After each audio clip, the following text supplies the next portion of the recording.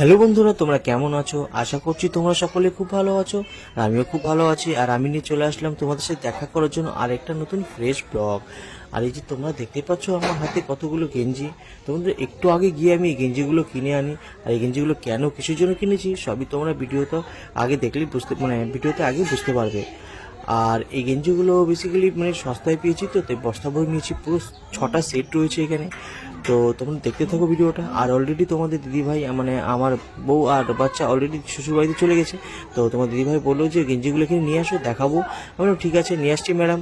আমি তারপর এখানে এই শ্বশুরবাড়িতে এসে দেখি আমার মাথা খারাপ হয়ে গেছে। হট করে দেখি এখানে, দেখো তোমরা কি হয়েছে তাহলে বুঝতে পারবে। এখন ব্যথা করছে, আবার টানার কি আছে? গরম শিখ দাও না ওটা দিয়ে। কি করে লাগলো? তারপর যেভাবে তোমাদের দিদিভাই আমাকে বললো, আমি তো পুরো ভয় পেয়ে গিয়েছিলাম। তারপরে বুঝতে পারলাম এই যে ছোট বাচ্চাটা দেখতে পাচ্ছ পাশে, এই ছোট দুষ্টু বাচ্চাটা ও নাকি চোখে খামচি দিয়েছে, তাতে ওই অবস্থা।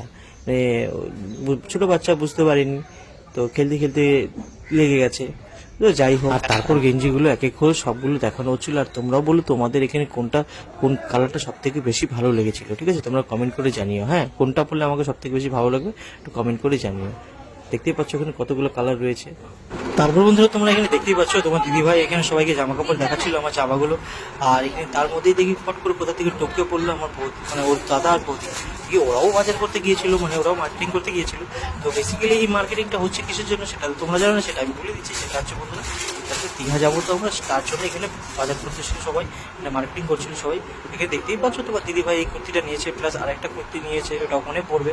ঠিক আছে, আর এখানে দেখতে পাচ্ছ ওই যে আমার ছোট বৌদি যে এসছে এখনই আসলো। তো দেখো একটার পর একটা ব্যাগ থেকে বের করেই যাচ্ছে, যেন ব্যাগ না ঠাকুমার ঝুগলি। হ্যাঁ, একটার পর একটা বের করেই যাচ্ছে, বাপরে বাপ। তারপর শোনো তোমার দিদিভাই কি বলছে ওকে রাখানোর জন্য। আমি দু একটা কথা বলেছিলাম, দেখো না কি বলছে।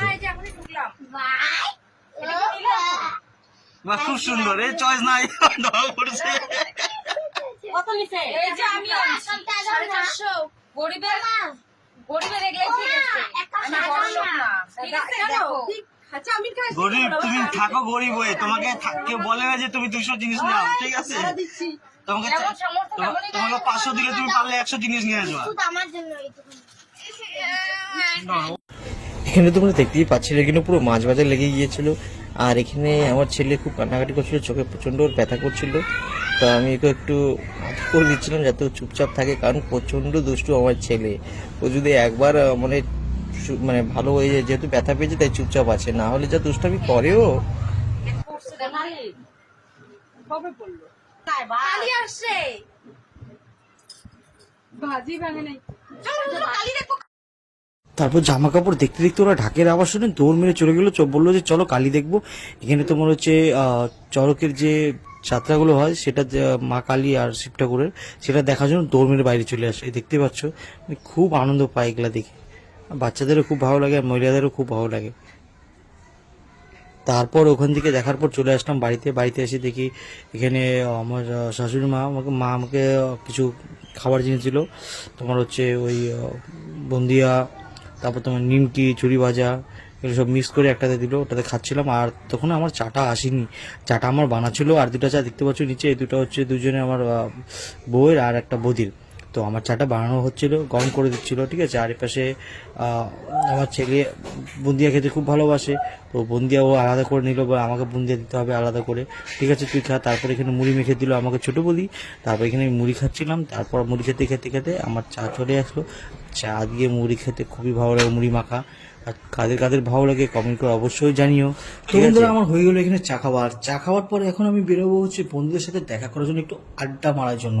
কারণ সানডে সপ্তাহে একটা দিনই সময় পাই, তো ওদের একটু সময় দেবো, সবাইকে সময় দেওয়া প্রয়োজন, জরুরি। বাড়িতে সময় দিলাম আছে সারাদিনটা, তো এখন বিকেলে বেরোবো, এখন বন্ধুদের সাথে একটু জমিয়ে আড্ডা মারবো, তারপর ঢুকবো বাড়িতে। তো চলো, এই ব্লগটা আমি এখানেই এন্ড করছি। তো দেখা করবো তোমাদের সাথে একবার সিধা দীঘার ব্লগে। ঠিক আছে, তো চলো ততক্ষণের জন্য।